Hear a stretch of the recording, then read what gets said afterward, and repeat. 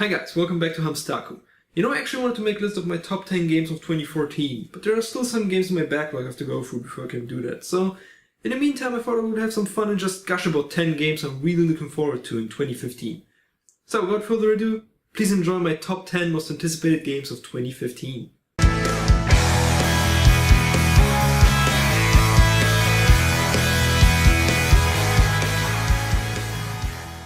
Number 10. Majora's Mask. I know it's not technically a new game, but it is the one Zelda game that I never got into. I tried playing it a couple of years ago and I couldn't get a grip on it, but I always respected it, and in a time when all Zelda games begin to blur together, Majora's Mask seems like the most fascinating. The way it conveys a smaller, more interesting world on the brink of destruction is incredibly compelling, especially if you combine that with the emphasis on time management, something I really enjoyed in other games like Dead Rising. It's the 3D Zelda game that broke a lot of the norms. It is a game I've wanted to play for a long time. Now I have no more excuses. Number 9. Fire Emblem, If. Whatever it's gonna be called when it comes out here. As someone who absolutely loved the last Fire Emblem and considers it one of the best 3DS games out there, I can't help but be excited about the new title in the franchise. Its unique blend of turn-based battles, lovable characters and sophisticated art style is something that I can't get enough of. The new game seems to have a more Eastern-influenced art style, which may be a nice change of scenery for the series. The one thing I'm worried about is that they may actually remove some of my favorite features of the last game, namely the character creation and the character relationship metagame, in which you could basically breed your characters to create the ultimate heroes, or just create the cutest couples, whatever you're into. If they don't remove those features and add some interesting new ones, we'll have another winner on our hands. Number 8. The Witness. The Witness is a game I'm basically looking forward to on faith in the creator alone. From what I know of the game, it is a puzzle game based on a secluded island. But with Jonathan Blow's last game, Braid, being one of the best games I ever played, I don't really need to know more about the game. I'm sure it will be incredibly thought-provoking in both its message and its puzzles. And I can't wait. And if you're still not convinced, just go play Braid. Just do it. Come on, just do it. It'll explain itself.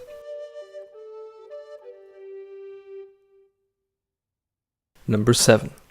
No Man's Sky.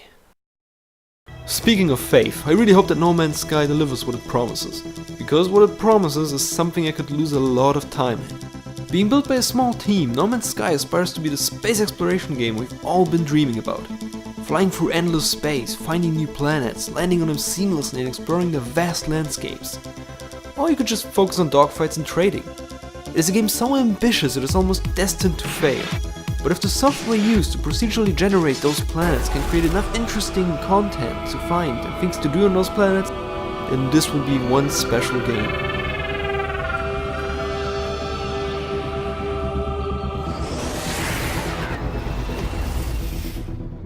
Number 6.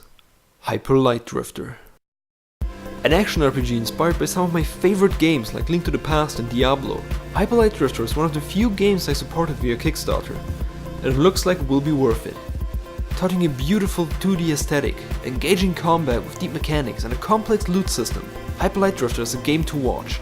If you couple all that with an incredible amount of polish, superb animations and an amazing soundtrack, you can see why I had to give these guys my money.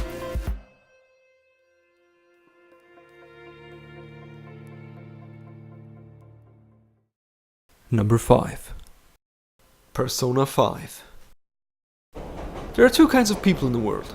People who love Persona games and people who never played Persona games. If you're part of the latter group, Persona 5 is your chance to experience one of the most creative, interesting and downright beautiful RPG series out there. While very little is known about the new part, it is clear that its story centers around the concept of freedom, indicating a darker tone from its two prequels. This is further enforced by the game seeming to be steeped in the color red, where the prior games focused on blue and gold respectively as their leitmotif. It remains to be seen how much Persona 5 will change the formula centered around the social link system and dungeon crawls. But if Persona 5 manages to create characters as memorable as the characters from Persona 3 or 4, I'll gladly invest another 100 hours into the game. Number 4. Batman: Arkham Knight.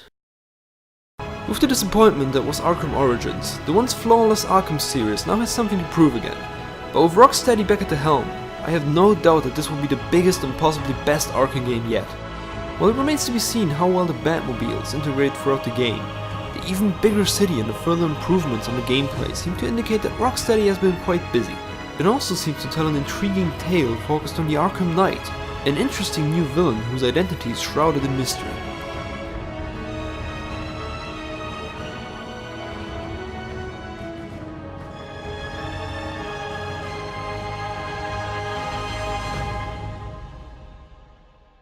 Number 3.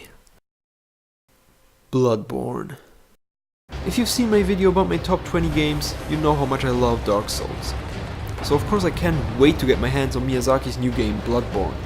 Taking place in a more technologically advanced, if not more cheerful world, heavily inspired by Elizabethan England. Bloodborne seems to be the next iteration of the Souls franchise, with a bigger emphasis on offense and a quicker pace of combat. I gotta admit, not being able to carry a shield does make me a little nervous, but the quick dodges you can perform should be more than enough to compensate for that. Plus you can basically play as Van Helsing, and that's just awesome. I can't wait to enter the grim world of Bloodborne and die my first inevitable death at the hands of a beautifully horrendous creature of the night.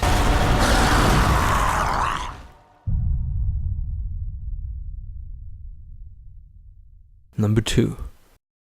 The Witcher 3 Wild Hunt. And The Witcher 3 can't come soon enough. I consider The Witcher 2 to be one of the best RPGs ever made. It had a much smaller world than other RPGs, but CD Projekt Red manages to make it feel much more alive than other RPGs. If they manage to bring that level of detail to an open world game, it could become a game I will play until my disc evaporates. What I'm not worried about are the moral choices, since they have always been stellar in the Witcher games, and never a simple choice of good or evil.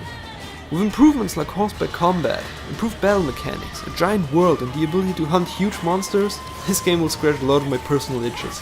If some of the other games wouldn't release sooner, I would just freeze myself until this one comes out.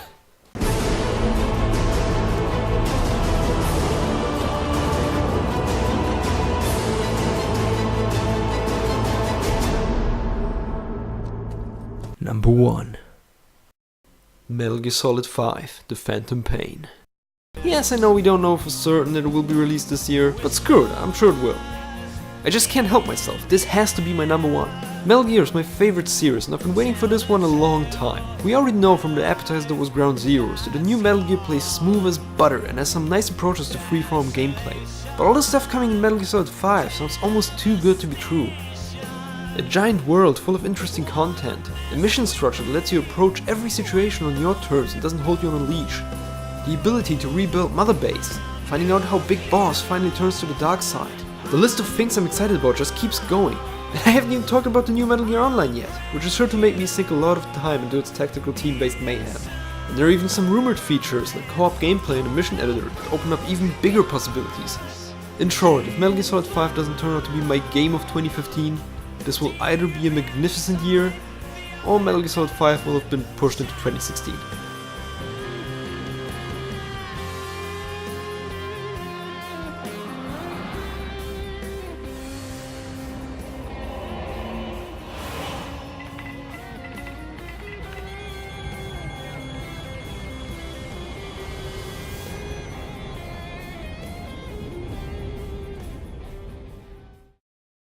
So these are my top 10 most anticipated games of 2015. I hope you enjoyed this video, and also what are some of yours? Please tell me in the comments below. Also, if you want to see more videos about all things nerdy, please subscribe to Hamstaku. So, see you next time.